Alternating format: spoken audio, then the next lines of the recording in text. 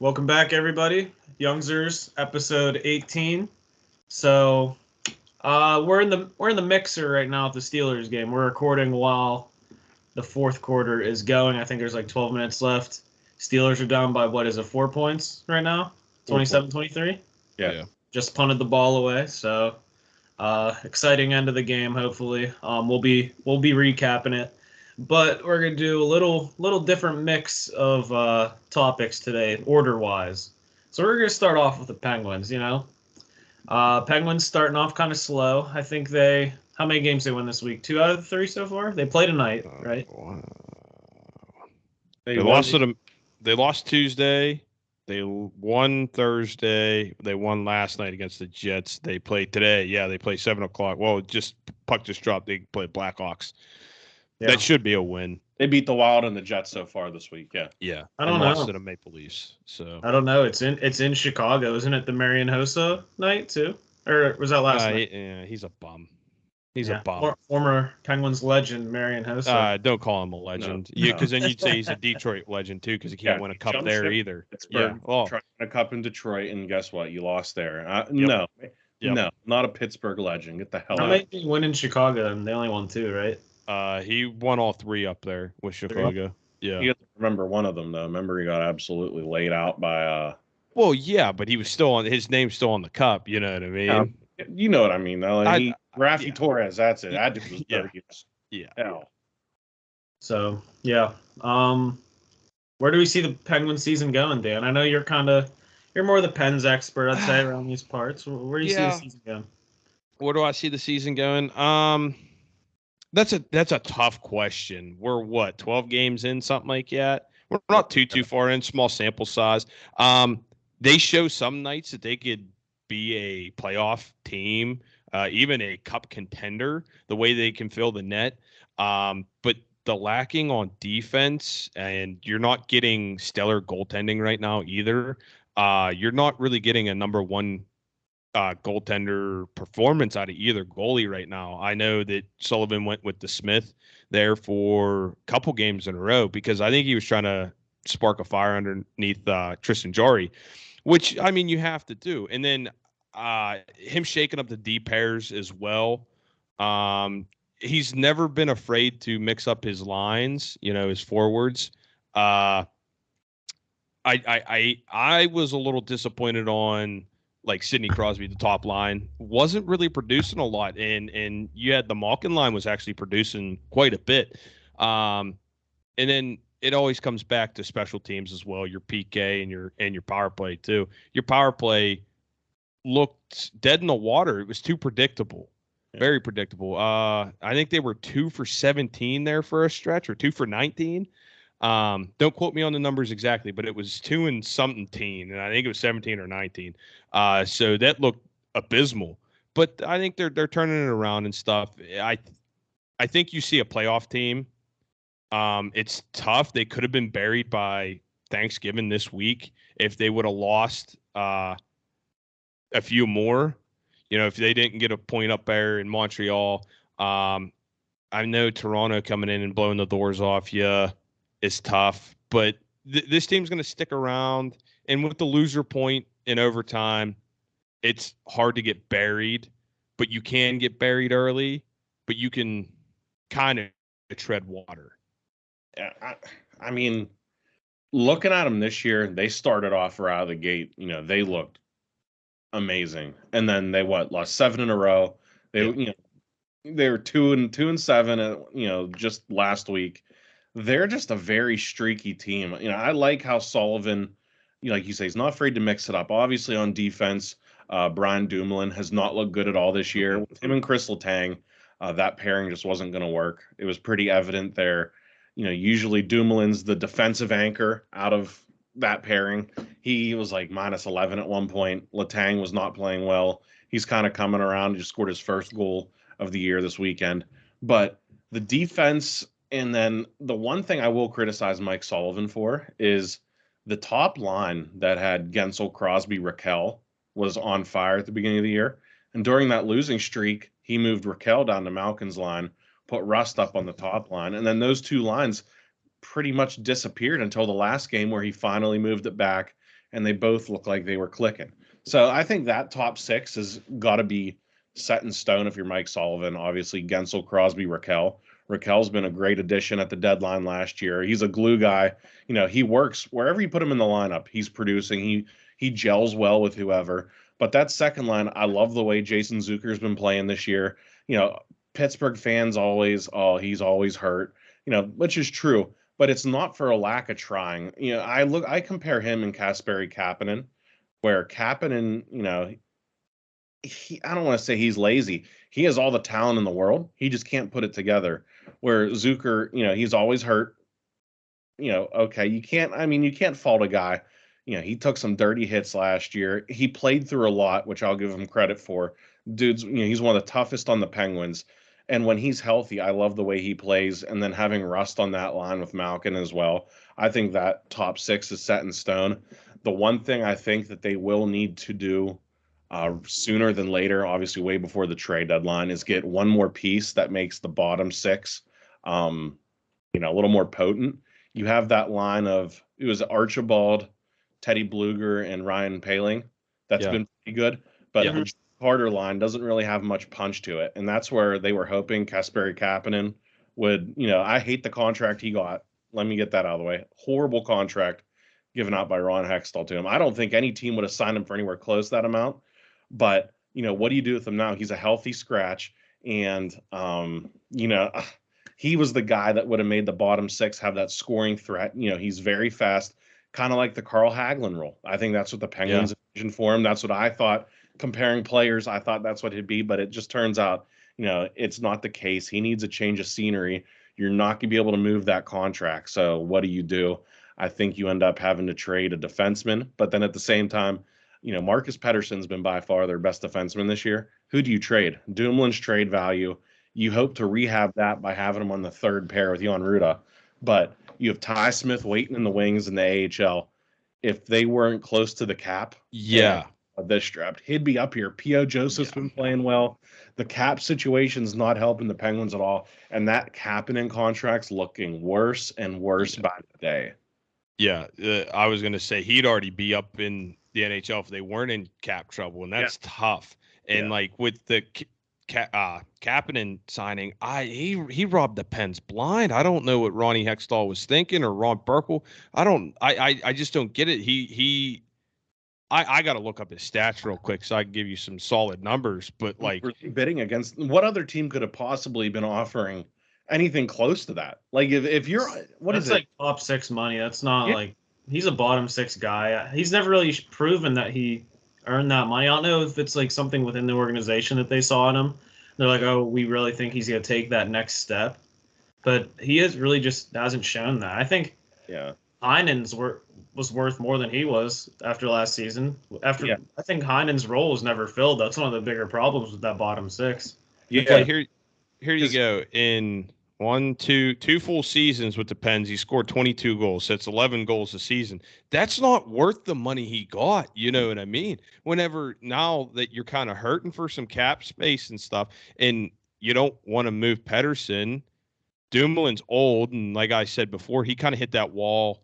Yeah, because he's not a superstar, so he's going to hit that wall a little sooner. And that ankle injury just messed him up. He hasn't been the same since. And that's not like he's out of shape. Like no, it's just that as a the average hockey player, obviously unless you're a physical specimen like Crosby and Letang, you're trained. You have a natural gift. Dumoulin, he plays a tough style. He's the one that battles in front of the net. Obviously, like saying his shelf life's not gonna extend out too long. No, it's not. And like. Now you're just kind of like handcuffed, you know what I mean, with that Kapanen signing. Now, back to your point about Jason Zucker. Yes, he was injured, and he was kind of injury prone, kind of like a Bo Bennett, so you never really got to see his potential. But now you're seeing his potential and why he's making the money he is. He's a solid second line winger. He really is. Yeah. And I think that if Sullivan leaves the lines the way they are, the top 2 at least, you're going to see a lot of production out of both those lines. And then I heard a stat on the way in. I think they were playing Minnesota, and they had X amount of power play goals I hate that I don't have numbers for you guys. But the second unit had like half the power play goals. Yeah. So that's not good because you know how long a second unit gets out there. It's not very long unless Mike Sullivan's pulling the cord on them or the top line early. Like they're making ridiculous passes or stupid passes or they've given up a lot of odd man breaks going the other way shorthanded too. That's very frustrating to watch or listen to because I listen to a lot of the games. Yeah, absolutely. Mm-hmm. And the thing is, like you said, Zucker, like he's always in the mix when he's on the ice too. Like you see a goal, he's right there, and it's either he's causing a turnover, and like the few games that I've watched this year, I haven't been watching as many as I usually do, but like he's a grinder. His nose is always like he's always in the mix, like I said, and we kind of lost that last year without him. I think he would have helped a lot. And he missed the early part of the series, or was he? No, yeah, he got hurt. Yeah, he came back from an injury and like he came back towards the end of the year. Remember, he was sitting on the stool on the bench, like he couldn't sit regular. But yeah, like during the series too, like he went in and then I think he just like literally first shift just automatically got hurt and he was out again. Sounds like a meme that was going around, I think, at the time. Yeah, because it was almost like a slew foot, I'm pretty sure, where he went into the it's weird with his knee. He's probably like Zibanejad or Panarin, I think, one of those two. Scumbags from New York. Yeah. But I think that adds to, like, as a person, probably puts a chip on his shoulder as well. So I think maybe he's giving it like 110% this year. I don't know. Yeah, you're absolutely right. And so I'm on the Penguins, like looking up like team stats and stuff. And I understand there's still goals, but Jake Gensel's leading the team with 10. He's got what, 4? They're all empty netters. Yeah. Half off Jake Shakes, that milkshake factory's got to be pissed about that. But I mean, if you go down goals, it's Gensel. Points, it's Crosby with 23. Plus minus Raquel with 10, plus 10. That's really good. Yeah. Shots on goal is Gino with 60 shots. Gino actually has the most takeaways on the team right now with 27. So who leads penalty minutes?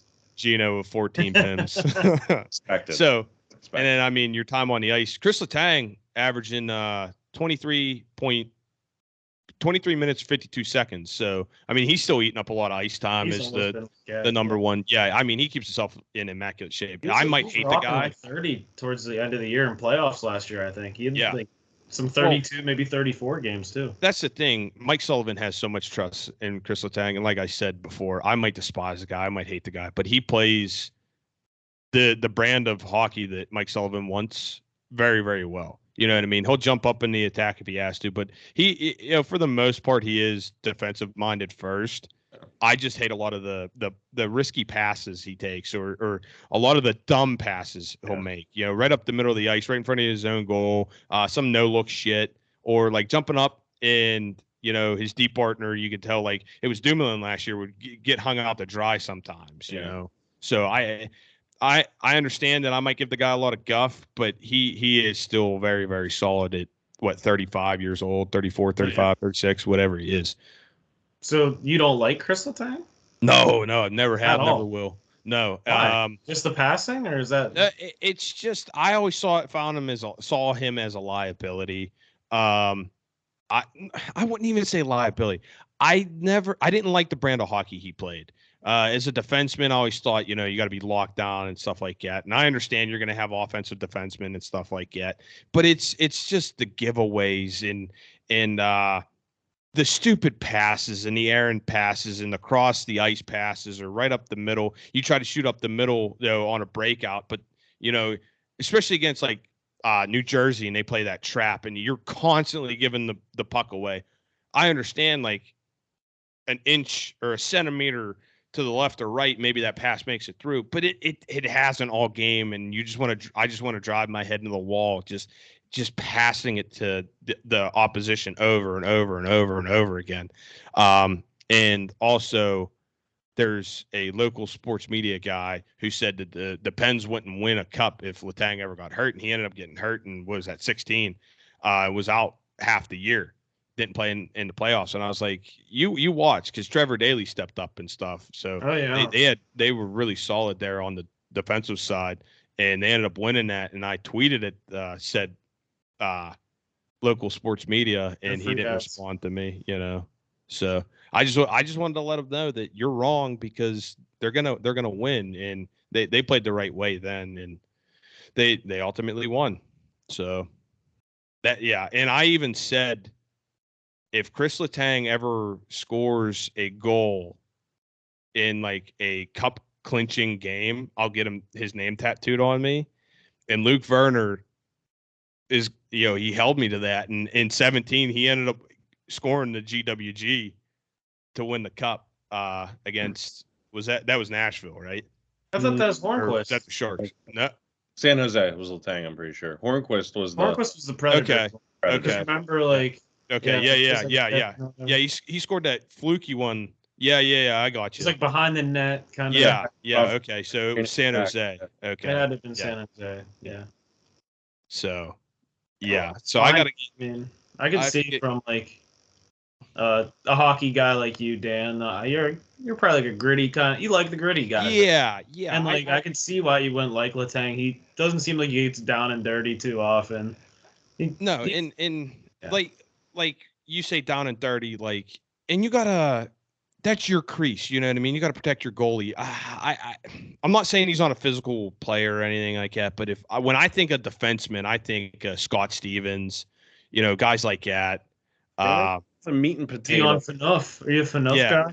No, Dion Phaneuf was a pylon. That dude couldn't skate. But like Much said, he meat and potatoes kind of guy, gritty. That's why I like Crosby's game, because don't ever tell him this, but he's the best grinder to ever play in the National Hockey League.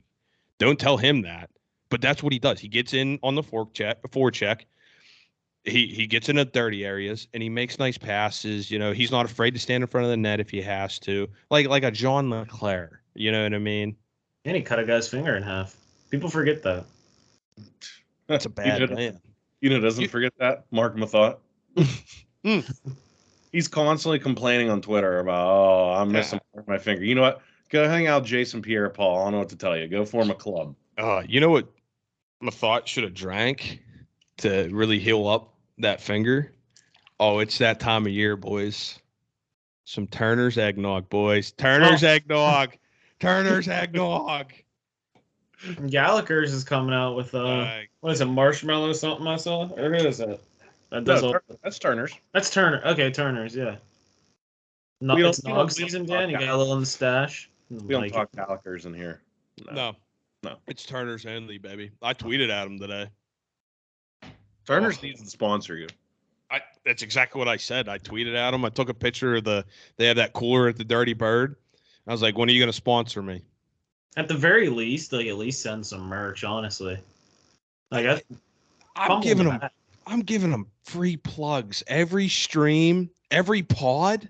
I hope they realize that they're the only company that we're giving free, because we're free ads. Yeah, no. We're a no free ads podcast, in addition to an anti-heroin, anti-Franco Harris, anti-stat nerds. I mean, and anti clown slander now. We're out of that. No more clown slander. Running the profile picture. I'll get it off my chest now. The clown slander needs to end. The humble profession of clowning, it's really become a mockery in recent years. Just gonna change my background on here for you guys. I Googled clown, and it took me like 3 pages to find this, because people see clowns as these like vile, like disgusting, evil characters where they just show up to like children's birthday parties and, they bring joy. I went to a kid's birthday party one time and there was a clown there. Best birthday party as a child of my life that I went to. Buffo the Clown, look him up. Former Pittsburgh Pirate, I believe. Ripped a phone book in half. Dude was did he do a assembly at Leechburg? I swear to God, there was a big buff guy as a clown. Yes, at Leechburg. At when I was in elementary school, I might have been like 3rd, 4th grade. I promise you, he was rolling frying pans, ripping phone books, twisting forks. Yeah, he was doing it all. There's only one person that I cared about as an assembly. It was always right before Thanksgiving or Christmas. Rest in peace, the legend Tom Diaz. Yep. That was the pinnacle of elementary high school, whatever, presentations right there. I must have been in 10th grade. I'm going to go off the rails a little bit here. And I remember, I'm not going to mention names. They cut out and they called it a caucasaurus. And it looked like a penis, like in the shape of a T-Rex, had the legs and the little arms, and he had Tom Diaz sign it.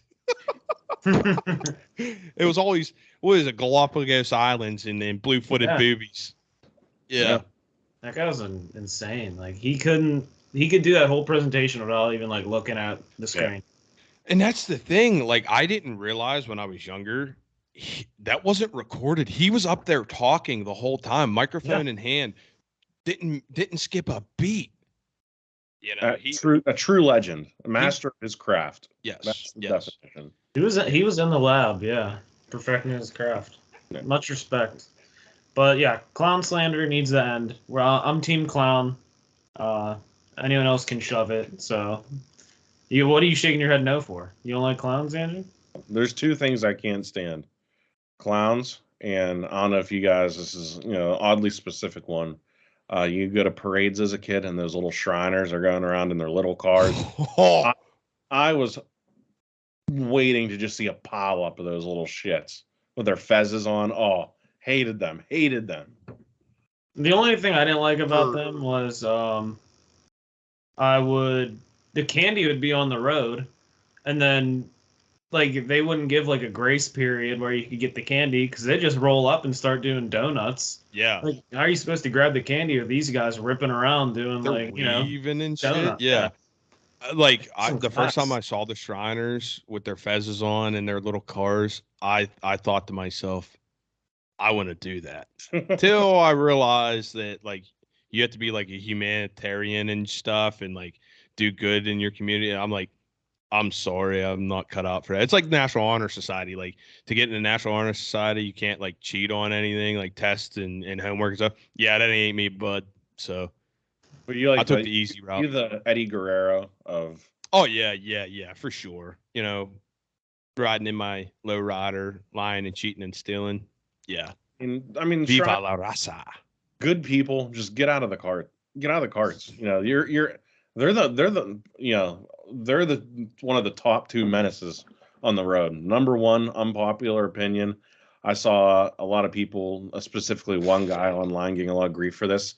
Cyclists, too arrogant on the road nowadays. They are. Yeah. I don't care. If you're on a bicycle, go back to 1850 for all I care. You ain't Lance Armstrong.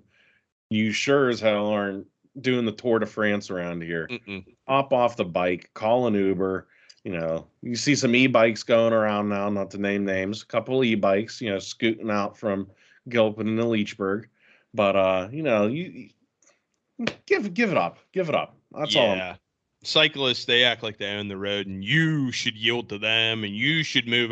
No, bud. I got 2 tons of steel coming at you. What do you got? A little horn?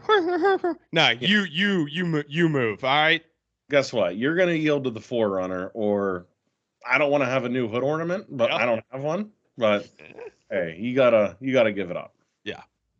And like, no matter what you do to your bike, like you can add any accessory you want. But the coolest thing that you can do is put the baseball card in. And, like, they don't even do that anymore. Even, like, adults. It's like, if I had a bike, I'm putting a baseball card in it, and I don't ride a bike. I'm buying Ryan a Huffy for Christmas. Have you seen Ryan's mixtape? I have a scooter mixtape online. I have seen it, yes. Yes, I have. Yes. It was respectable. Yeah. It was. A few slow-mo parts. The arrogant people on scooters. They're pretty humble. The scooters are the humble vehicle. I'll tell you right now, though, you ride a scooter at a skate park, and you're the problem. So you better watch out. That's an exception, though. Fun fact: someone stole it, and then we recovered it at the police. It was in the evidence locker. The scooter had like a tag on it. That's great. That's awesome. Legendary. You know what we should make the punishment for the league next year? One of them, you get a razor scooter right to the outside of the ankle. Oh, no, right to the shin. Oh man, the front, the front. Yeah. That's specific pain right there. Yeah. Probably the 2 worst things as like you're in elementary. The pain, taking a razor scooter straight to the ankle, or you're playing in gym class on like those scooters, you'd sit down and you have your fingers run over by the scooters. You know what I'm talking? Like the square ones. Oh yeah. No bueno. Yeah, That no, gets thank stuck you. And then it like rolls up into the wheel, so it gets like double stuck. No, I'm good. On that note, Pens are 8-7-3 on the year so far. 3 games this week. No, 4 games this week. Let me see. Yeah, I'm 4 looking games. at it right now. They got the Blackhawks tonight, Flames on Wednesday, Flyers on Friday, Maple Leafs again for the 3rd time in like 15 days on Yeah, Saturday. what are they playing? Yeah, Maple Leafs so much. That'll be the last time we play them this year. We only played the Flyers, I think, twice. No, And they're in our division. Yeah, It's the Thanksgiving. dude, I swear to schedule. God, Yeah. that can't be. no, I promise. There's no way they'd schedule them only twice. Let me look. Yeah. I saw them once this month. And then April 2nd. Oh no. Okay, March 11th. Okay, I say there's no way. maybe it's only 4 times. How Okay, many it's times only they- 3 times. It's only 3 times. Oh, But hot seat Philadelphia. They don't want the smoke. yeah, do they but, still do it by divisions, or is it like conference now? Is it still like Metro, like Central? You know. yeah. So how And- do they and only play them 3 times? I don't know. And that's the thing. Yeah. Like, you play everybody in the league at least twice. Everybody, West Coast, East, it don't matter. Yeah. And then you're supposed to play your own divisional people. I thought it was a minimum of 4, but I guess not. Yeah. But no, I think they where are we at here? Okay. I'm hoping they win tonight. I don't know if anybody scored yet. No. It hasn't then even the started Flames- yet. It's okay. it's in Then- Chicago, so it says 7:00. Oh, okay. Then they got the Flames on Wednesday. The Flames are actually, even though they lost to Chuck and somebody else left there too. Johnny Hockey, Johnny Gaudreau. Yeah. You know, Yeah, but they they're added a lot. Yeah. Good, and then, not good Branson. What's his name? I'm drawing Huberto, Mackenzie Weegar, I think, from Florida, and Nazem Kadri's been playing really well for them. So they reloaded. yeah, Calgary's still good. Calgary's decent. I don't think the Flyers are in the same league as any NHL team. That's just me. They're bums. Do you think they're the worst of the worst? They're not worse than the Coyotes. Are they worse than the Coyotes? No, but I'm just saying Philly sucks. Yeah, well, Where are we at here? Yeah. We're an anti-Philly podcast too. That should be Fuck it down. established. Except for the cheesesteaks. But I don't even call them Phillies. Everyone's like, can I get a Philly? No, it's a cheesesteak. And you know what the funny thing is? What was it? Was it last year? The highest voted cheesesteak wasn't even from Philly. It was from Pittsburgh. Yeah, in like the voting or something. That's electric. But you can't get your own sandwich right. So, like, have you ever had a Philly cheesesteak in Philly? No. All right, good. Don't, because it's made out of pigeon. We established that last week. Yeah. Pigeon gang. Pigeon gang. Well, I've never been to Philly, so Yeah. maybe for WrestleMania. Don't go. I'm not going to a city that their like best figure was a fictional movie character. Yes. Yeah. Yeah. True. So Yeah. You're not wrong. props to that, I guess. But I mean, people forget Pittsburgh basically cured polio, and what do we do? Eats pigeon. Like Philly that's another probably win for hated it. Pittsburgh. Like cavemen munching on rocks, basically. That's what we got on the other side of the state. Wawa That's- stuff. Yeah, Sheets of Wawa's terrible. beer. I will never entertain that debate. No. I've been to both. Doesn't even compare. Bucky's though. Electric. But that's not in Philly. You know what I mean? I know. I'm just saying, like gas stations that are good. Yeah. But there are Bucky's in there. Loves. But No. no, I mean Philly's, like you said. But their sandwiches are worse than Pittsburgh's. I mean, Permane sandwich. We make pierogies over here. Come on now, Heinz 57. What's going on your fries? What has Philly given the world? It could fall off. Ignorance. It could fall off. With New Jersey, and I wouldn't care. Well, It's Always Sunny in Philadelphia is a top tier show. I'll give them that. That's one thing. Like, well, that's like saying that they filmed The Office in Scranton, PA, and they didn't. Yeah, They don't, that's you know. the thing I can think of. Like, they throw batteries at Santa, so I can't really defend that. Yeah. You can't even say that is like a good thing that came out of Philly, because that show basically like makes fun of Philly. Oh yeah, yeah. Like they're like, these guys are just like dingus. dinguses, you know. All right, but anyway, Steelers are now losing 37-23. That took a quick Did T. turn. Higgins score yet? No, he's just been abusing them in every which way. But no, he has not scored yet. So Penguins I are want to up ask you guys up 1-0. Jeff Petrie. Do you guys know?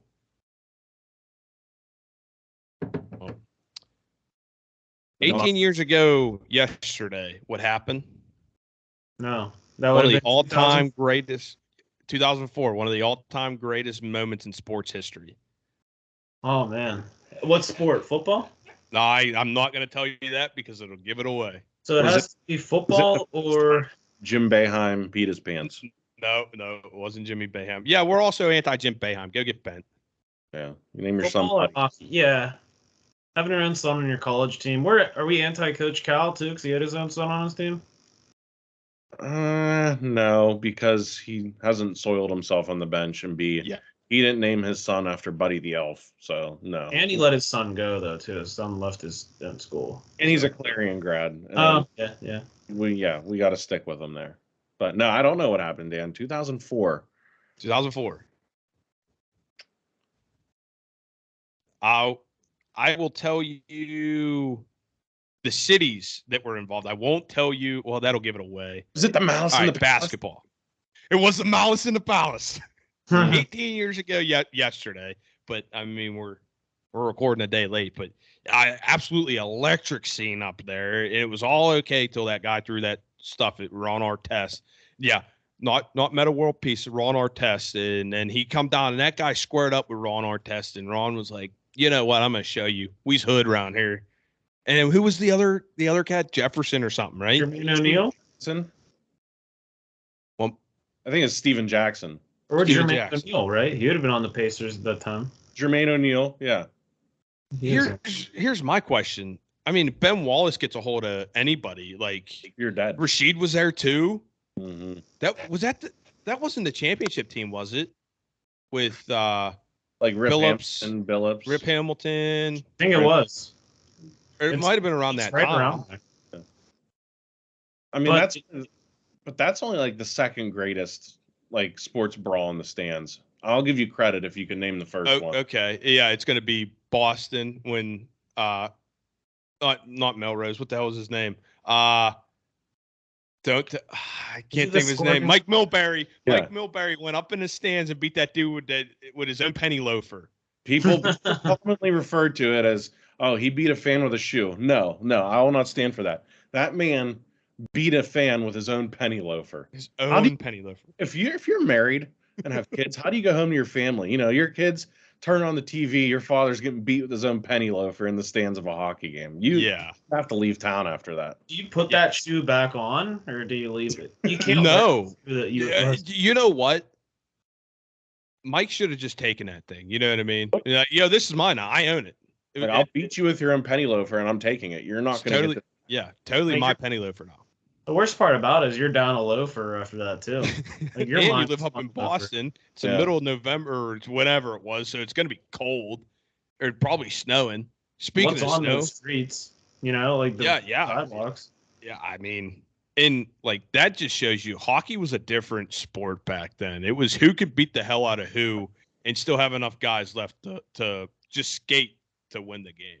Unpopular opinion, I think they should bring back brawls in the stands. Like, you see this commonly, like fans dumping beers on athletes. Athletes aren't able to retaliate. Let them go up there and absolutely mollywop them. I'll think twice about it next time. You gotta nip that in the bud. Yeah. All right. Yeah, I'm fully on board with that. And if you let the players do that one time, I give it a maximum of 5 times that fans are dumb enough to throw trash at players. Excuse me. Or spit at players or hurl obscenities at players, 5 times max, you let the fan here, cuffs are off, go beat the hell out of that guy. It'll be a completely different scene at sporting events. It actually might be a little more laid back, and you won't have people acting like them dudes at Penn State a couple weeks ago. Yeah, I think I mentioned that to you guys before. I said every player gets one, right? Yeah. One per year. Yeah. And, like, how electric is that last game of the year where, like, 4 or 5 guys haven't used theirs? And they just go in the stands and you have, like, half your lineup just teeing off on people. How sick would that be? Like, you'll have a few guys at game 1, they're just in the crowd, like, decking somebody. You're going to have people that save it. And that's the thing. Like, just think of offensive linemen, right? You get an entire offensive line because they're a tight-knit group, and they average, I don't know, 6'6", 300 pounds, and they're coming at one guy. Let's say one guy's just on the offensive line the whole game. Well, the whole offensive line goes and just takes out their frustration. That's a mountain. There's just one guy. One offensive lineman could go up there, you know what I mean? But then you know that guy's there with a bunch of his buddies, and you're just getting rick-rolled. Yep. That's 1,500 pounds of force right there. Each lineman's about 300, maybe 350. 5 linemen, 300 times 5. That's like 1,500, probably maybe 1,700 pounds. I mean, some guys probably get a 320, you know. But I'm just saying on an average. That's a ton of guys. That's like one literal ton of mass. Close, very close. Yes. Like mass moves mass, and if they're getting the average Joe that's 190 out there, like. Yeah. Sorry, bud, but odds aren't in your favor there. The Steelers' offensive line obviously isn't very good, but, like, say it's the Eagles' offensive line where, pretty good offensive line. Jason Kelsey at center, and someone throws a beer on Jalen Hurts. I would love to see just a bunch, just mollywop a guy. That sets an example. I think that's something like, we're talking about today's society, people get a little emboldened, like you were talking about last week, Dan. There's no consequences for your actions.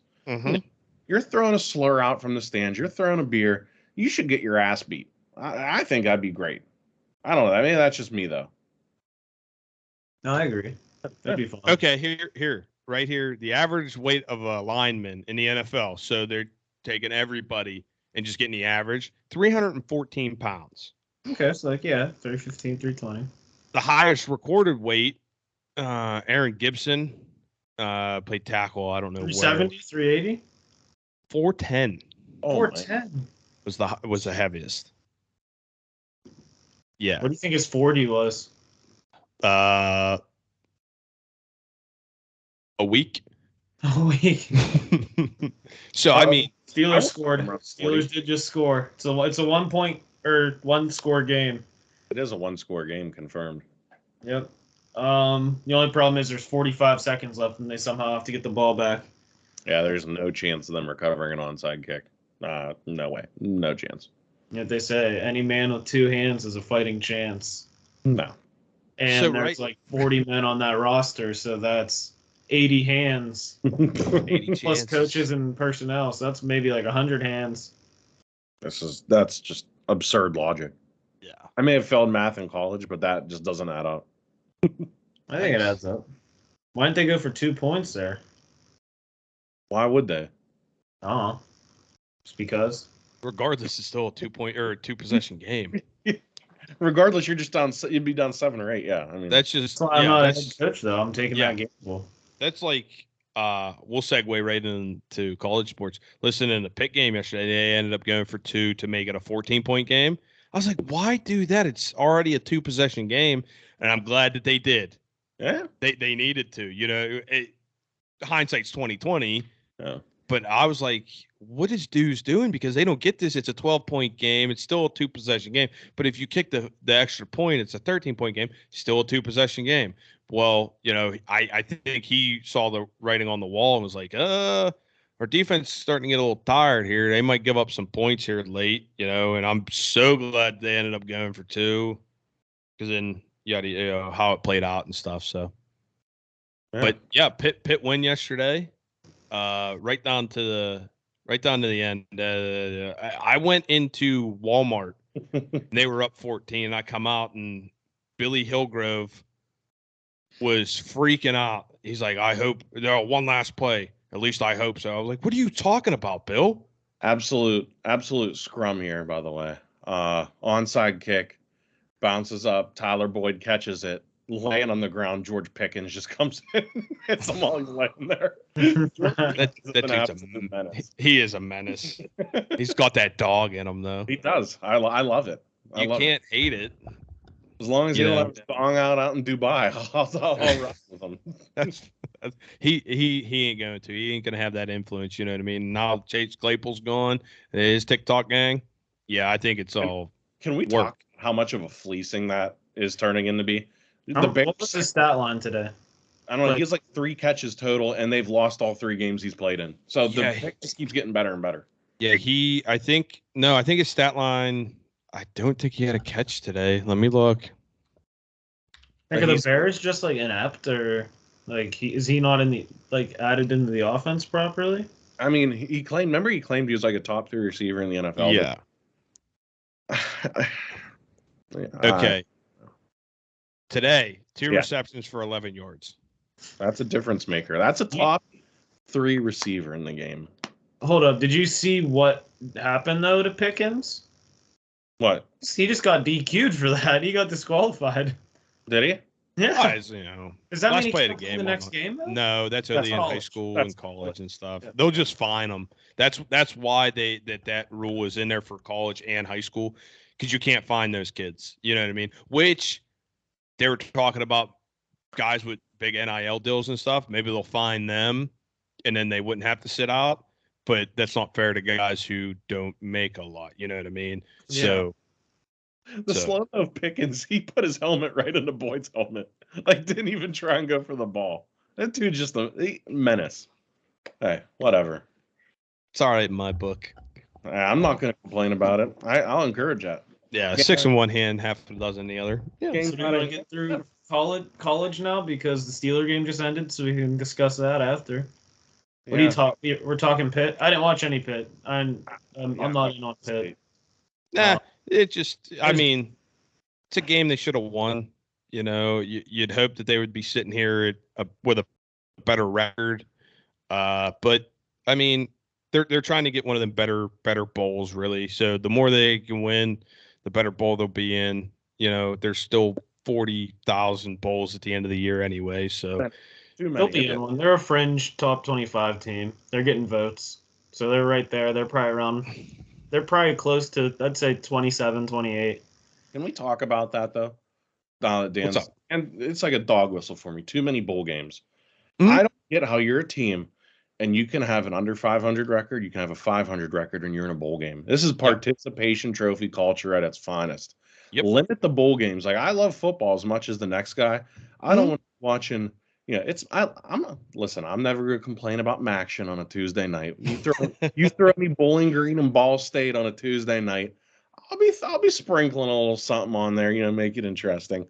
Bowl season, I don't care about the X-Lax whatever bowl where it has that are under 500.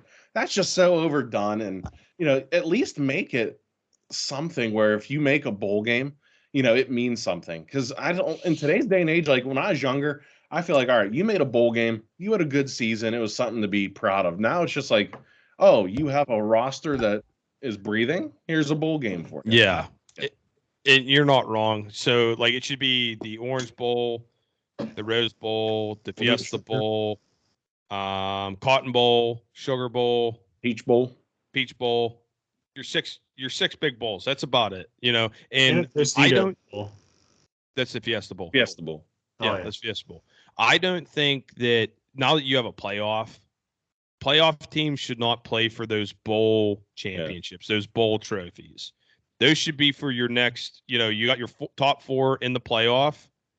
Have like a semifinals trophy and then a finals trophy for the playoffs. Those bowls, I know that those teams would want to be in the playoff, but like the Rose Bowl, for instance, it always has a Pac-10 team in there. Like your USC's, Oregon's, and stuff. That's their conference's like championship. Postseason championship. If they didn't make a play, if there's not a playoff team. So I think I don't like that they make 2 of those bowl games a semifinal game. I don't like that. I don't either. I think that takes away from it. Like if you're in the playoff, you're in the playoff. Yeah. That should be separate from any bowl game.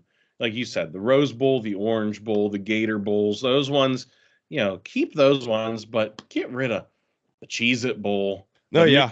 Pinstripe Bowl. Yeah. You got so many stupid shit. Like get it. Yeah, that's the there thing. There shouldn't be a Little Caesars, bowl on. And that's the thing, like you said, I love college football, and I'll watch college football before I watch professional football, and I'll be straight up honest with you. But I don't want to watch it every Saturday in December when you get like UNLV playing, Nebraska for what? Yeah. Why? So and the sorry, more Ryan, go ahead. Oh, sorry, yeah, Ryan, go. You're good. And what I was gonna say was you lose or you win that first round game of the playoff and then you lose the championship. Like it kind of takes away from the value of that bowl game that you actually won too. Yeah. So I just think it kind of discredits those bowl games a little bit because who cares if you win the first round then you lose in the second? I still see it as like you're a loser kind of thing. Yeah. The other thing to think about too is you have a lot of more players opting out of bowl games because obviously, and it's, I have no problem with that. You're going into the NFL draft. You have a shot to make millions. You saw that with Jalen Smith at Notre Dame where he, as we say in here, he tore his shit against Ohio State. He was a lock for a top 5 pick. Fell into the second round. Luckily, he had insurance on himself. But still, his career just, in that instant, his career was done. So now you factor in, you have so many of these teams and the talent pool is just being diluted because you have, players on every team opting out, whether they're transferring, whether they're going into the draft. Like you said, you have UNLV playing Nebraska and it might be 2 backup quarterbacks playing each other. Yeah. Who cares at that point? You're not going to, it's a waste of money. It's a waste of everybody's time. Bring back making bowl games actually mean something. Yes. That's all I'm saying. Yes. And you're absolutely right. And I'm kind of on the fence with, hey, I'm going to opt out of this bowl game because what about I understand you're trying to protect your future and I understand that, but you're not there yet. You're still on this team. It's still a team first. What about that let's say receiver, that offensive lineman that's not going to make the big time, he's not going to make it to the NFL. That's it for him. Yeah. That's his Super Bowl.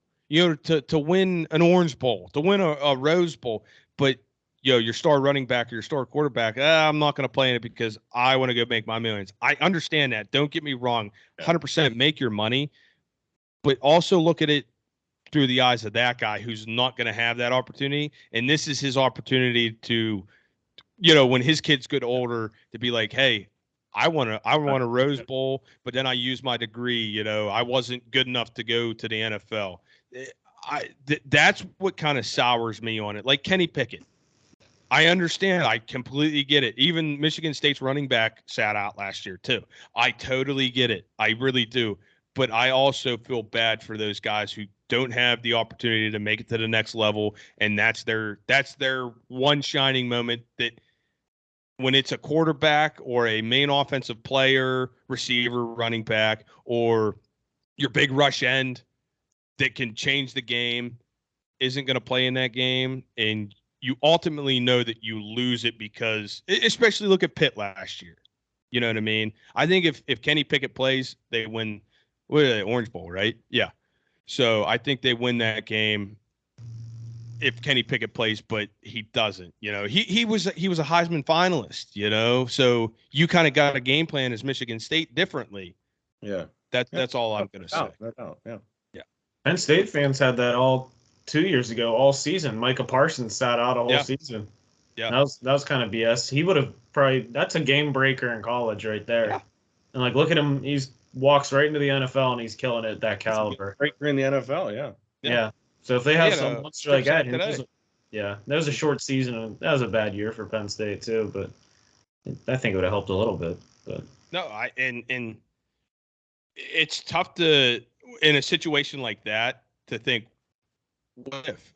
Because you can't think what if, because what if wishes were fishes and, whatever.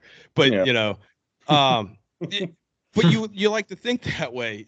And like you guys say Mike Parsons, I just have to say Kenny Pickett because he was a Heisman finalist, and he led that team through the ACC championship and everything. And I was like, okay, well they could win the Orange Bowl. And schools look at that and try, they use that as recruitment and stuff like that. And you guys know that. A lot of people should know that. Oh, hey, we're playing in the big bowls every year. We might not be in the playoffs, but we're playing in a New Year's Six bowl or the day after. One of the big six bowls. Come here. You could come. Why do you think Alabama just reloads every year? Because they're playing for national titles every single year. They're in the conversation every single year. I know they're having a down year. I understand that, but that's why they don't lose somebody and then have a down year. They reload. Yeah. And it's all the recruiting process. But like, if I knew, like, hey, well, the star runner Bryce Love, is it Love? Bryson Love, the quarterback at Bryce Young. If he's going to be a senior next year, why am I going to go there? Because he might opt out of playing in the playoffs if we make it that far. It could go that way. Isn't that crazy how we consider Alabama having a down year, where they're sitting at 9-2? Yeah. Which I hate to say it, but that's a good year for Penn State. That's what Penn State's at right now. And both their losses, those are field goals. Those are like buzzer beater field goals. Yeah. So I mean, that's crazy. It's a down year. Like, I'll take that. Yeah. Like Alabama's 9-2, and everyone's like, man, they blow this year. Meanwhile, yeah, it's crazy to think about. I saw a stat. Tennessee's 9-2. This is their best season in 25 years. Alabama's 9-2. This is their worst season under Nick Saban right now. Yeah, that's crazy. Just let that sink in. You know what I mean? Like that's not. That just shows that they just retool. Like they just reload. 5-star after 5-star after 5-star. Transfer portal, whatever, recruitment. They have it down pat. Yeah, absolutely. Yeah, they do. Penn State blew the doors off of who? Rutgers this week. Business as usual. I don't even want to talk about that. I was watching. It was a little scary. First couple top players, and they still did that. You can't say you're feeling the trap game when it was 10-7. I wasn't saying that. No, I'm just saying that's how I felt. Oh. Yeah, but then absolutely the floodgates opened, and they, Rutgers Rutgers on the radar. Yeah. Oh, other call. Are you guys done with Penn State? Yeah. How about North Carolina going down, huh? How we feel about that? I love it. Everyone at home too. They talk about these bowl predictions each week. Oh, Penn State's going to play UNC. Drake May's going to abuse his Penn State defense. If you can't abuse Georgia Tech, you ain't abusing shit. Let's get that out of the way. Especially Peasy's still there. Is Georgia Tech sneaky though? Are they hungry dogs though? No. Out of the ACC, I'd say no. They're bottom to mid. In my eyes, they're bottom, but I feel like they're a little gritty team. But I'm just sick of North Carolina not beat anybody good this year. Oh, Drake May's going to win the Heisman. You ain't winning anything. You're not going to win anything. You're not going to beat Penn State. Penn State's defense, credit where credit's due. I said at the beginning of the year, I was worried about their defense. They got a lot of young pieces. Guess what? The young pieces stepped up. Drake May would not sniff anything close to even 20 points on that Penn State defense. Look what Penn State's defense just did to Rutgers without Joey Porter Jr., their top defensive, their top corner, first-round pick, Curtis Jacobs, their best linebacker. And then offensively, you're missing a tackle who's a first-round talent and your number one wide receiver. And Rutgers was a JV team to that. Get your ACC shit out of here. Go to your Cheez-It. I don't even care what kind of, not even a Cheez-It. What's an off-brand Cheez-It? Generic brand Cheez-It. Playing like the Whales. Yeah, like goldfish, but it's like whales. They're being Whales are good though. No, whales are good. No, get out of here, frauds. The only thing I'll say is if that game were to happen, UNC's defense is actually laughable. Like their offense, I'm gonna say their offense is good, but their defense, oh my gosh, that wins them 0 games.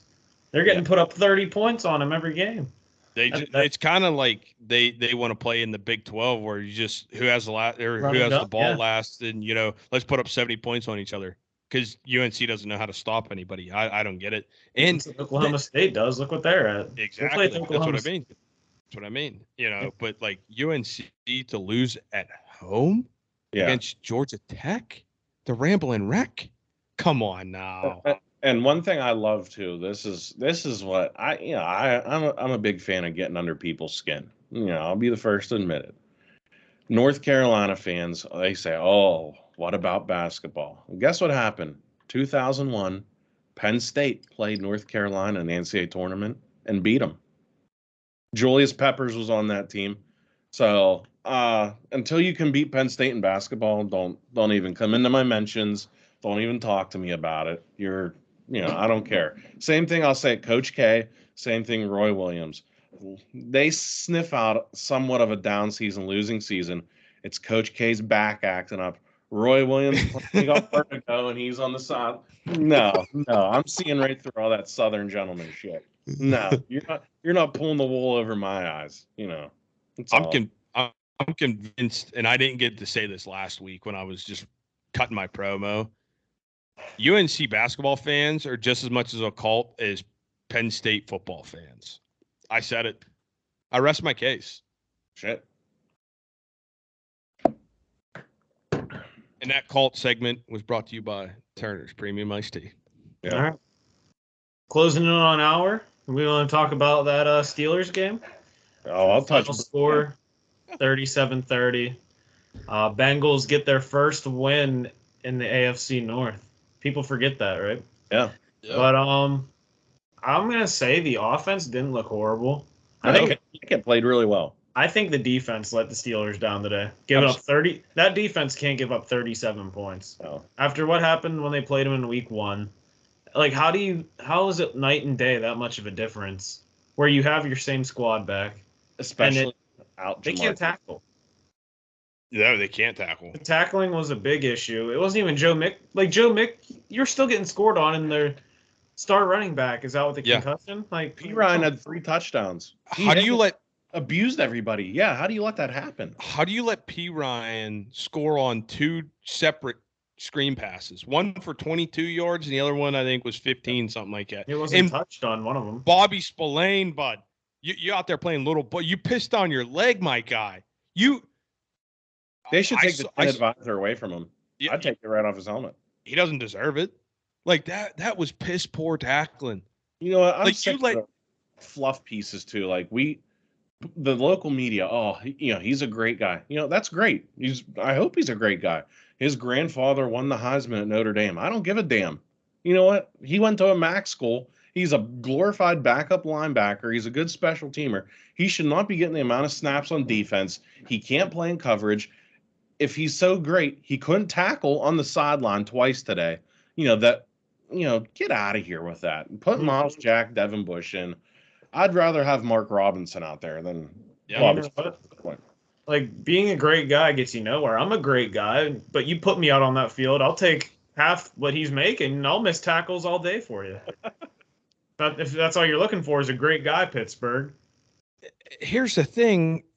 He outweighs and is taller than P. Ryan, right? It's not like,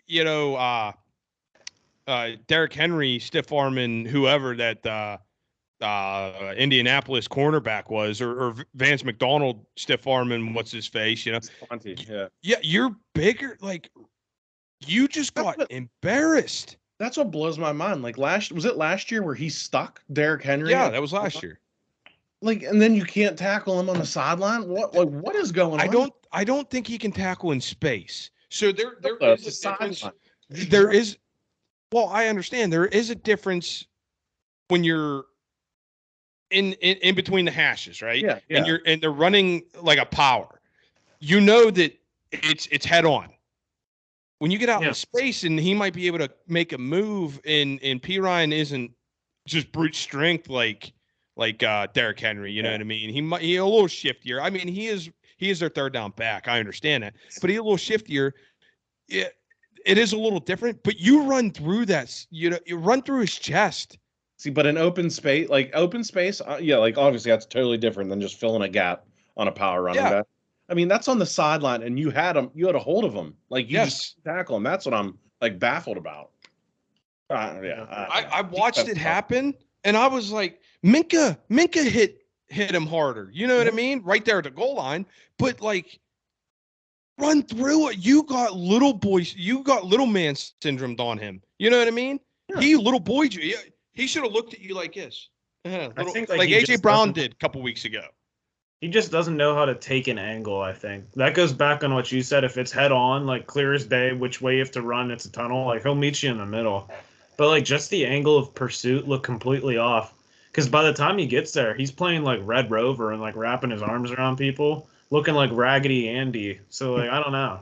You learn pursuit angles as a linebacker at a very young age. Because if you can read and pursue at the right angle, your body will get you there. You know what I mean? As long as your eyes tell you where you need to go, your legs will get you there. You know, it doesn't matter if you're the fastest or slow. You'll get to where you need to be to cut that running back off. So if he doesn't know pursuit angle and he's in the NFL, then there's a problem. Do you think they offer geometry at Western Michigan? Maybe not. Did he go to class? Maybe that or basket weaving. He probably took basket weaving instead. That's UNC class, basket weaving. Yeah. But like you said, I mean, Devin Bush actually has not played very bad this year. Yeah. I am very surprised on how he's played. He's come out and almost looked like he's playing for a contract. It might not be here. Honestly, it might be like a Bud Dupree kind of thing. You know, he might go get paid somewhere else. Somebody else might offer him a lot of money. Go make your bread. That's fine. You had a career year. You had a contract year, and that is fine. But Bobby Spillane, what are you doing, my guy? You can't have him out there in coverage. You're a liability. So thinking about how bad the defense was today, and T. Higgins, no Jamar Chase. T. Higgins absolutely exposing every corner. One thing I'd love to see, depending on where the draft shakes out, Peasy back to Pittsburgh, Joey Porter Jr. No, I'm sorry. He's sorry. He's a great corner. I understand, dude. I totally understand that, and I even saw a mock draft where he would come to the Pittsburgh could pick him up.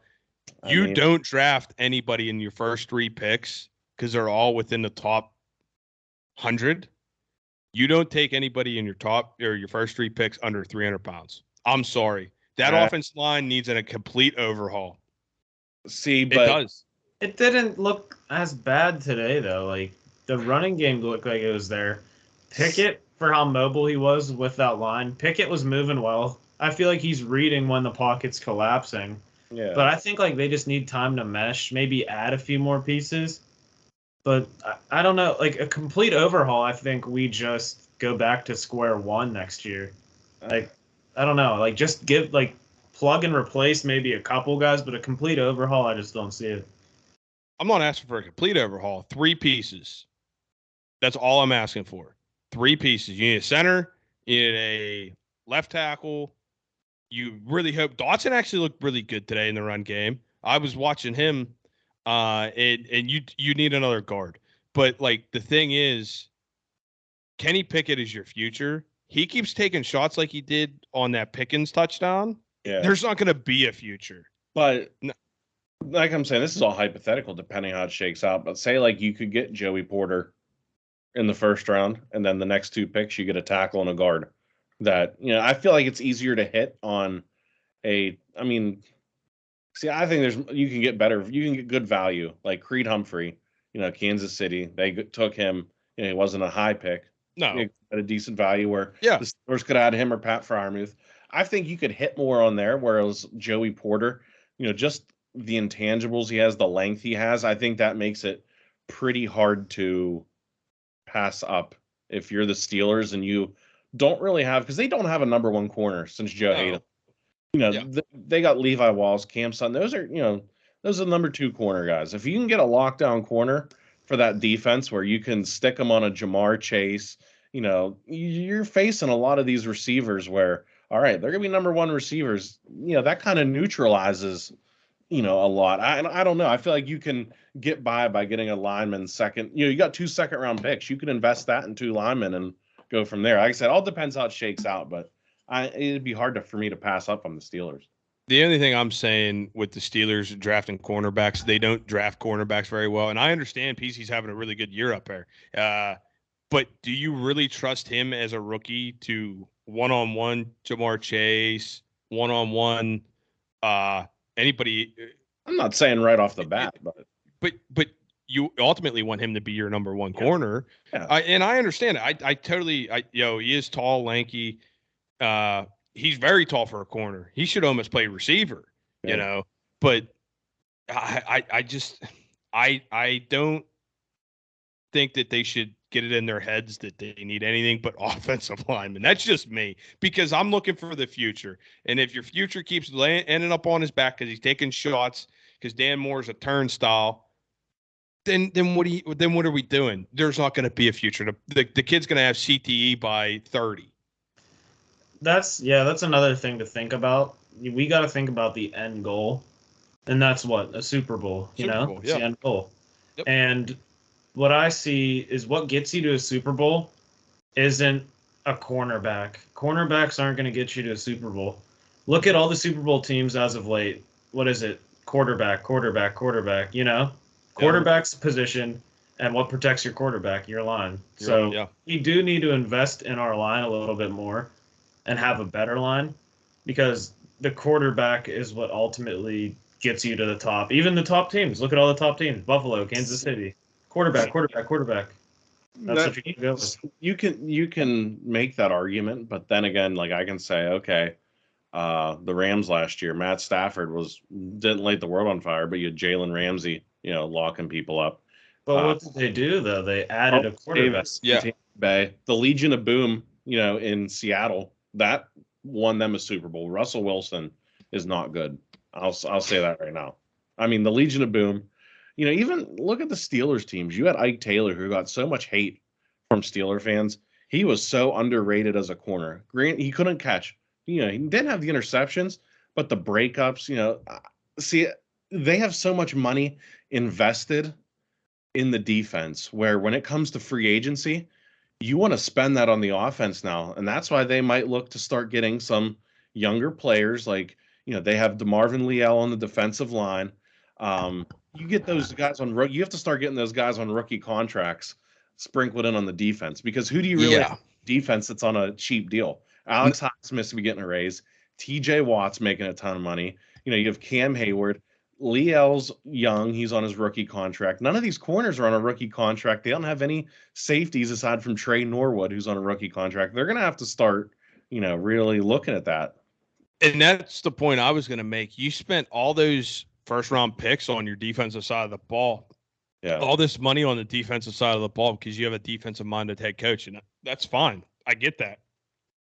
But your defense isn't going to win you a championship. And I'm sorry. This isn't the way of the 70s, the 80s, the 90s, the early 2000s. It's all about points. Points are sexy to the NFL. Points, get the views. Hey, did you see Patrick Mahomes throw for 400 yards, 5 touchdowns in the first half? Oh, yeah, I'm going to turn that game on. And they're blowing out whoever, because that's what sells. That's why the Steelers got flexed out of the primetime game tonight, so you get Mahomes and Justin Herbert. Yeah. Justin Herbert. So, because sexy quarterbacks, man, because they're throwing, they're putting up points. Quarterbacks, that's what's gonna win you a Super Bowl. That's what's gonna take you to the promised land. And if you keep letting yours end up in the dirt, it's not gonna bode well for them. And there's not gonna be a bright future. And I'll tell you right now, Kenny Pickett looked really, really good today. Like Ryan said, he could feel the pocket collapsing, but it was all the time. He kind of has happy feet because I don't think he trusts that offensive line. Honestly, would you? No. You have 260-pound men coming at you, and they're just letting them through like that meme of that guy letting people into a concert or whatever. You're not even patting them down. You're giving them free runs. Like, you can't do that. So that's my whole thing. You're not going to have a future if you're letting your future get beat up in the present. No, you're not wrong. Not wrong. No. Yeah. Well, who do the Steelers have next week? I'm drawing a blank. Colts. What do we see there? Win? I mean, I think it's a pick 'em. I hope so. I assume it would be a win. I don't know, Jeff Saturday, man. Natty Ice. Is it in Indianapolis though? Yes. It doesn't matter. You could have You it. guys see, is the dome going to be open or closed? That's what, Lucas Oil Arena, it'll be closed. Okay, I don't know. Maybe I'm going to Steelers win. Steelers win. They have no number one wide receiver. The running game, Indy's offensive line hasn't been great. Jonathan Taylor's been coming around, but their defense is pretty good. But with Shaquille Leonard out for the year, obviously that's a huge piece missing. I think the Steelers win. I'm going 21-10. Low scoring game. Steelers by, I'll go double digits. Just barely. Wow. Okay. I'm optimistic. What the heck? I like it. Yeah. They put up points today. The offense is clicking. Did. So Yeah. I don't like to figure it out. I know it had been negated anyway for the holding, but Kenny Pickett bombed that one, and I was like, he's airing it out. And I know Pickens fell, and it would have been negated anyway. But I like to see that. Yeah, and aggressive. Yeah. Pickens, he made a nice move on that corner, on the safety, got him to bite on that dig route, and then just took off. There wasn't a guy within 30 yards of him. But I think they're going to put up some points. I'm going to take Steelers 28-14. All right, they're going to double them up. All right, I love it. Yeah. All right. Is that it? Done with Steelers? We moving on? What are we going to do next? I'll tell you what. I've been waiting all day since Ryan said I have my rant ready to go. So I've been waiting all day for this. I want to hear it. Let's just get right into it. Let me cut my little cut a promo. I'm not cutting a promo. I'm just issuing a PSA to anybody that works at a grocery store or any kind of market or any kind of public place. This weekend I was in Walmart, just Walmarting, not bothering anybody. And I'm going to the restroom, just, need to go to the restroom. And outside is the maintenance fellow and just some typical guy, nothing. He's just like generic person. So I do what's right and I say, "Oh, is this open?" He goes, "Oh, yes, it is." And so I walk in, I'm doing my business, and out of the corner of my eye, I see a shadow enter the room. And I don't know what this guy's deal was, but he's just watching me. Like, I'm not a zoo animal. I'm not behind glass that you can tap and poke. Like, I'm not your entertainment buddy. Like, I don't know if he was getting his rocks off or what, but yeah, you're the Jag of the week. Don't stare at me. So, like, yeah, I gave him a little toot. I tooted a little bit too, just to, like, get in his face. Like, I know you're here kind of thing. And I established dominance. So that's what I did. Jag of the week, Walmart janitor. Yeah. Learn some manners, pal. Yeah, you have to assert dominance in that situation. I did. Yeah. I did. I respect it. Dan looks like he's ready to roll. I love it. I was trying not to laugh.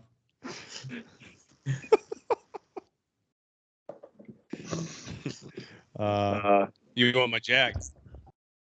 So I went up to the 30 Bird today, and first time I've been in there in a long, long time. I don't do my shopping at the Giant Eagle, so it is 30 degrees out today. I have flip flops and some like lax shorts on, so I got the milky white man thighs hanging out. So I get my cart and I got this little list. I only need a few things, so I'm walking around. I get my green beans, then I go get some baked beans. Then I go down. I'm looking for veggie dip, but I can't find it, and I ended up buying the wrong thing, and I got yelled at for it. Oh well. But there's this old lady down at the end by the dairy products, and I was looking for. I needed napkins, cat food, cat litter, and dog food. So I'm looking for the dog food, and they don't have the dog food we feed our dog. So I'm looking. And this lady just keeps staring at me. I finally say, "Do you need me to pick you up a bag of dog food or something?" Like, she was an old lady. She goes, "How are you not cold?" I said, "I'm just built different, lady. Mind your own business. So I want to have the milky white man thighs hanging out when it's 30 degrees out. If I want to have flip-flops on when it's 30 degrees out, I'm built different. I'm from Western Pennsylvania. I came out the womb slugging the Turners, drinking Icy Light. Yeah. I'm Yinzer through and through. I don't get cold. Lady at the Dirty Bird asked me how I don't get cold. Jag of my week. Fair enough. Old people love that. Like, oh, you can't go outside with your hair wet. You'll get pneumonia and die. Like, no. Old wives' tales, they love that. They love that. Yeah. I think that's the Societies and Ruins moment of the week because, like, the younger generation, are we just seen as zoo animals? Like I said, like starers, like starers. Yeah. They love looking at tattoos too. Yeah. They love Maybe that's what she was doing because Yeah. I got my leg done. Yeah. So maybe she was just staring at it and. Oh, can I tell you guys a quick story real quick? Yeah. No, I'll get to about tattoos. Yeah. Huh? Yeah. Then I'll get my jag of the Okay. week. Yeah. So real quick. Fishing many years ago, we were out fishing and there's a bunch of Amish fellers fishing as well. And I have a friend, he's got a full leg sleeve. So this little kid's just staring at him, right? Staring at his leg, staring at his leg. He looks at me, goes, watch this. I go, okay. He goes, what did you do? And the kid's like, gets all freaked out. He's like, what did you do to my leg? What'd you put all over my leg? Freaking this kid out. This kid's in tears thinking that like, he put a hex on him or something for, covering his leg in tattoos. He's like, I've never had a tattoo in my life. What did you do? Needless to say, I never saw any Amish people fishing there ever again. Not once. Unreal. And they'll never see this, so. Yeah. Yeah. Fair enough. Yeah. If you do, you're in trouble. You're gonna get kicked out of your little Amish area. Yeah. Sean. All right. Spring hair. Good baked goods though. My jag of the week, also Walmart story. So out to dinner this week, go up to Walmart. My dad just got his hip replaced last Wednesday. All right, so I'm pushing the cart. He's not limping. He's moving around pretty good. But the elderly are absolutely a danger behind the wheel of any vehicle, and a shopping cart is no exception. So I'm standing there. It's not like I'm in a blind curve, anything like that. Little old lady out of nowhere hits me right in the back of the legs. All forward, the cart falls forward, right into my dad's hip. Almost an absolute disaster in the Walmart aisle. Old lady behind the wheel runs into me, like blindsides me. The cart goes right into my dad's surgically repaired hip. Wow, I'd have told Mildred, you know what? You're gonna need your hip replaced. You do that again. Wow. I'd have been damn hot. Yeah. No, just no regard. Not even on a blind curve. Just flying through the aisles. Unreal. Like we've talked about this before, because Ryan always has something about the Dirty Bird and the old folks stuff. I think they think that they are privileged. Yeah. Or like you should get out of their way. Well, sorry, Gutrid, I got shit going on too. I ain't a model citizen. You run into me, we're gonna play Demolition Derby with our carts now, and who's gonna win? Not you. No. I don't think. Concordia's right down the road. We might be taking a stand as a anti-old people in shopping centers podcast here too. No, that's the thing. Like, it's not that. It's just like they have nothing to do except that going to the grocery store twice a week. That's their Super Bowl. Like that's what they do. And whenever they get all riled up on whatever pills they take in the morning, and their decaf coffee, what happens? They get a little excited and they have that little bit of spring in their step for once again in their lives, and they just have no regard for anyone around them, and they're just flying through the store, knocking everything off shelves. And you know what? When I'm old someday, I'm definitely going to do that. I'm going to knock stuff off shelves because I'm going to get a free pass. Who's going to do that? I'm an old person. I'm helpless. But I'm going to have this recording, and I'm going to show it to the John Eagle guys or whatever someday. I'm going to pull the wool over their eyes and be like, I got you fooled. I'm going to just run into people all day. They're like driving their buggies, carts, whatever you want to call them. I call them carts.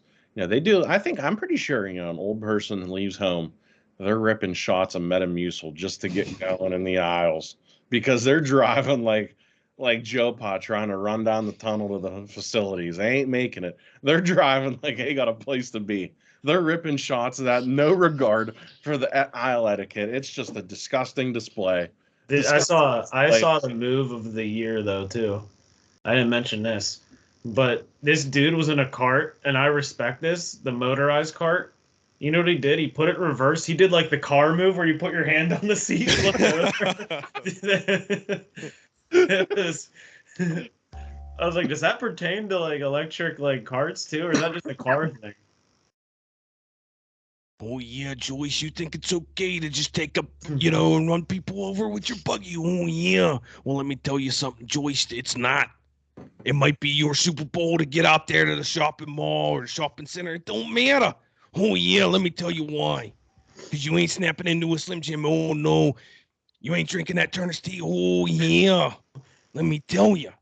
Stay home. Go out at 6 a.m. That's it. No later. Stay home. It's ridiculous. The elderly are there. Anti-elderly. And I'm a firm believer. I don't know if we said this on the pod or not. Once you hit 60 years old, you should retake your driver's test every year after. Old people behind the wheel, like you said, any kind of motorized anything, any kind of vehicle, they're wild cards, especially behind a car. Mm-hmm. You know what I mean? Mm-hmm. Yeah. Or get around roads or something. I don't know. Could you know what the worst one would be? Put them in the Shriners. No boy. They wouldn't make one weave. There'd be a 18-car Shriner pile up. Beginning of the parade. Fez is rolling down the street. That Fez looks familiar. Oh man, yeah, just insane. Yeah, Jags of the week right there. All right, so random Pittsburgh athletes. Anybody got one? Yeah, I'll just go. Pirate Rod McCowiak. You remember him? Yeah. Off the wall utility man extraordinaire in the early 2000s. So that just popped into my head. Like, all right, throw it out there. Dan? Yeah, I'm gonna go Pittsburgh Penguin. Joey Mullen. Joey Mullen. Yeah, I think he was had the most points by an American-born NHL player for a long time. If he still doesn't, I think he still might. Joey Mullen. I think I'll go with the Bucko. Top of my head. Long blonde hair. Craig Wilson. Let's go with Craig Wilson, the golden boy. One worth a pot to piss in, but yeah, whatever. Still a pirate, I guess, right? Yeah, absolutely. All right. Let me see. Oh, so my segment I started last week. People forget that Lloyd McClendon once stole the base as he was getting ejected, and they had to replace it. So that was just a little bit of Pittsburgh lore. I like to expand it, but my favorite Pirates manager, Lloyd McClendon, just growing up. You see a grown man stealing the base and walking off the field. That gets you a gold star in my book. Lloyd McClendon, love the guy. Yeah, thumbs up for Lloyd. That great scene. Electric. The top blew off that stadium when he did that. I mean, all 3,000 people in the stadium. It's a showman move, right? Yeah. He could have went and kicked dirt on the umpire. No. You know what? I'm taking a bag. Yeah, absolutely. That's just the one up. Like, you can kick dirt wherever you want. The umpire's gonna pull a little broom out. It's be gone in a second. You want to mess with people? I'll just take the base and walk away. Yeah, let's see what are you gonna do now? There's no base there.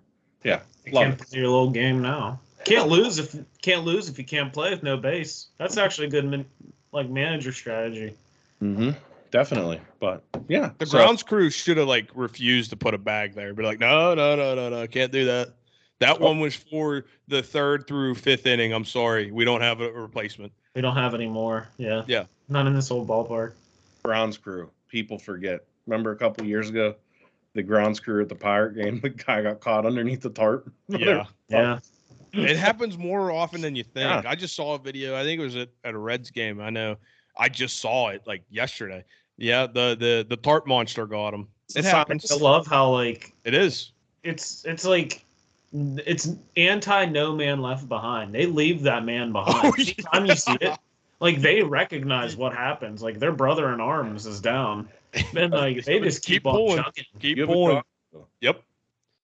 Yeah, it's and you hope they emerge from underneath, but we got to get this tarp out, and they'll find their way out. Yeah. I mean, that's like the Q Creek miners, the Chilean miners getting stuck. Like that's you have people stuck under the tarp at PNC Park. That's you should be doing a 60 minutes on that. That man went through some shit there. All right. Yeah. He's fighting demons under there. I'll tell you what. Just to get out. He's seeing ghosts. He looked like Sam Darnold sitting on the bench a couple of years ago. All right. Anything else before we sign off? Yeah. So follow us on TikTok. We started TikTok this week. Obviously, we're on Twitter as long as it's still going on. Who knows what's going on there? But Twitter, Instagram. We do have a Facebook, but more importantly, please subscribe to our YouTube channel and also the Call Couch Twitch, obviously. But we're looking, we get 75 subscribers by next Sunday. I'll throw a little zinny in, a little lip pillow at the beginning of next week's episode. We'll just see where it takes us. So little incentive. Will I projectile vomit on next week's show? It's a wild card episode if we get to 75 subscribers. That's all I'm saying. I also said, do you want some more incentive? If we hit 75 subs on YouTube, I'll drink an entire gallon of Turner's tea throughout the course of a podcast. So if we hit it by next Sunday, I'll buy an entire gallon of Turner's iced tea, and I will sit here and have it finished before we are done doing our podcast. Give me an hour and a half. This one's going to be about an hour and a half. And then I appreciate for the plug there, Mutz. I am 11 followers away on Twitch from 100. So if you follow me on Twitch and I hit 100 there, I'll drink a gallon then too. So if you don't follow and subscribe to Dan on Twitch, you're basically saying I hate orphans and I hate America. So that's you're kind of a communist. you don't even have to sub. But as of right now, I don't know if it'll happen before this. My next follower gets a free sub. I have 90 subs, but I only have 89 followers right now. So next person that follows, it's a free sub. So we have a great community we're building over there. A lot of the guys listen to this too. So they're kind of like intertwined. So and you'll hear these two as well. We just have fun game, and it's just a chill time trying to build a good community, trying to build a good community here as well. So I like I've told you at the beginning when you first had me on, I enjoy doing this. I have fun doing this. So I love it. I appreciate you guys having me on every single week. Yeah, I mean, easy decision. Yeah, easy decision. It's what's best for business. It's every man has his price. You're getting recognized out in Sprankles. We do have a Youngzers surprise for the holiday season, which will be absolutely it's gonna be indescribable. I'll just end it there. But I'll tell you right now, touch on that. I'm not gonna spoil nothing. I told Amanda, she was rolling. She's like, who are you gonna send those to? I was like, everybody and anybody. Who's the first one? I hope they're listening to this episode. Brian and Deanna Misha autographed. They're gonna get a little autograph from the Youngsters. One of one. Oh, we got to make more than one. Oh no, but I'm saying that's going to be the. Oh, okay. We can't. We're going to autograph out that one. We want that one up on the fridge in the household. Yeah, that's all. But and then we want some pictures. Deanna, I know you're on Twitter, so just tweet it at us, Youngsters. So. But one more thing, real quick, before we wrap it up. So we have our stipulations for 75 subscribers. Ryan, I'm gonna put you on the spot. What do you think next week's episode? If we hit 75, what are you going to incentivize the masses with? Well, I did choose what my punishment for the fantasy football league's going to be. If I lose, it's going to be the taco mile. It's going to be a taco 12-pack followed by a mile run. Should I do the Sprite and banana or? No one wins that. No one wins there. We have time to think about it. I could think of something good. I don't know. Do you like chocolate milk? Drink like a gallon of chocolate milk or something. That was like sitting, dude. That's bad. Do you really think Turner's tea is going to sit well? A whole gallon?